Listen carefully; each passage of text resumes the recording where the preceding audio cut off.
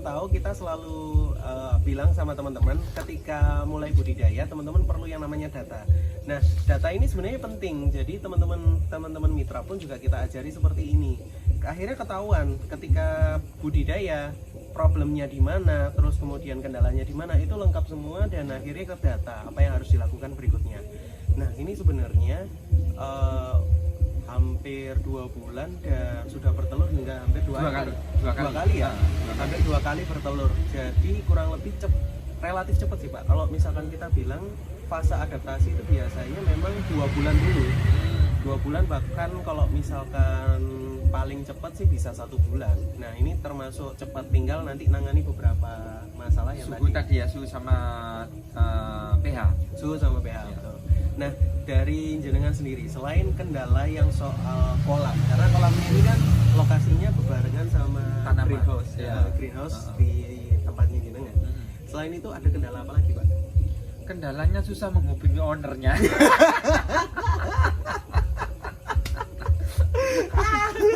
Seandainya ini sudah dari dulu bisa menghubungi owner dan bisa bertemu, mungkin tidak lama, malah 1 bulan mungkin sudah bisa bertelur 2 atau 3 kali mungkin ya. Yang paling kendala selain itu adalah untuk di budidaya tanaman ini kan saya ingin selalu bersih ya. Jadi kalau melihat kolam lobster itu kotor, itu saya nggak nyaman, sehingga selalu tak bersihkan terus. Ternyata itu yang membuat dia stres dan memicu dia untuk mati. Nah, itu yang agak bertentangan dengan pribadi ya, karena saya inginnya selalu bersih.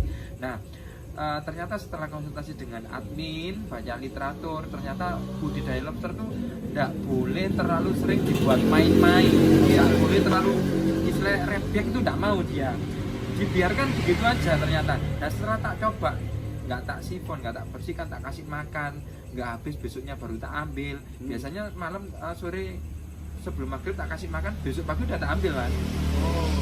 Dulu gitu.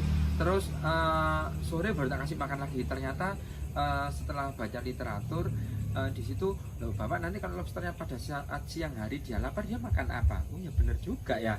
Akhirnya tak biarin karena aku takut kotor. Waktu itu tak ambili. Nah, sekarang tak biarin, malah dia ini bertelur lagi. Ya, malah bertelur lagi. Dan lobsternya juga ini lebih aktif. Jadi untuk teman-teman mungkin yang lagi ada di rumah, ketika soal pemberian pakan, jadwal sifon itu sebenarnya ada schedule dan ada jadwalnya. Pakan itu berapa banyak yang kita harus kasihkan, itu kurang lebih sekitar 3% dari berat badan. Jadi hitungannya kayak satu lobster itu cuma makan satu biji kacang hijau. Kacang hijau. Kalau misalkan pakai kacang hijau, kadang ada yang pakai jambah. Iya, saya pakai kecambah juga. Kalau jambah itu cuma 1 siung aja, jadi dibiarin. Nah, nyifonnya itu pun bersihkan, itu cuma 1 bulan 1 kali. Jadi nggak perlu sering-sering sih sebenarnya kayak gitu. Nah, ini sudah hampir 2 bulan dan sudah bertelur sampai 2 kali. Ya. Jadi kita tinggal menunggu hasil panennya ya Pak ya. Boleh, siap, nanti kita posting lagi. Penetasan, nanti saya main lagi ke sini. Selalu ditunggu. Jadi kayak gitu teman-teman. Thank you buat semuanya yang sudah nonton. Buat kalian yang mungkin mau tanya-tanya seputar budidaya lobster air tawar, silakan ketik komentar di situ, atau mungkin mau main ke sini, mau lihat tempatnya Pak Wahyu ini seperti apa. Jangan lupa ya, lihat di Instagramnya itu arjuno_orchid. Nanti aku tulis di sini akun Instagramnya. Atau teman-teman bisa ke alamat mana Pak? Di Desa Gerabakan, Kecamatan Tulangan, Kabupaten Sidoarjo. Jadi selain lihat budidaya lobster, nanti lihat bunga-bunga. Iya. Anggrek.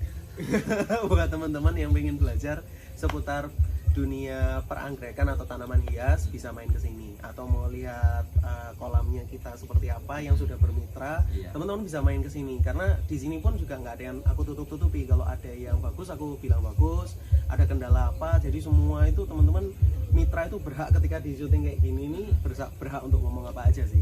Jadi kayak gitu. Ada mungkin gini Pak Wahyu, untuk teman-teman yang lagi nonton, mungkin kan ada di luaran sana ada teman-teman yang baru memulai budidaya lobster.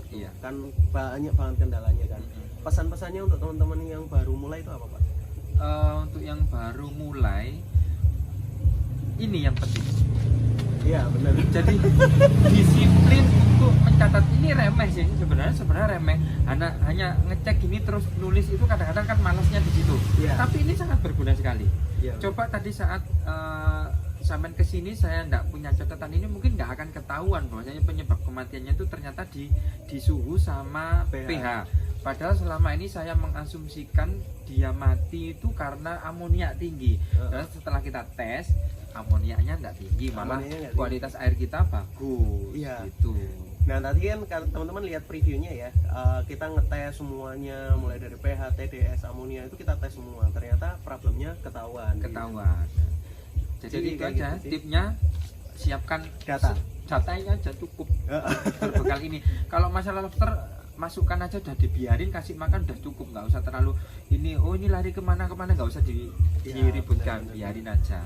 Dia nyaman dengan suasananya. Sebenarnya simpel kok teman-teman untuk budidaya wis, teman-teman jalan aja, cuman cari rekanan yang memang bisa untuk membantu teman-teman dari awal sampai akhir.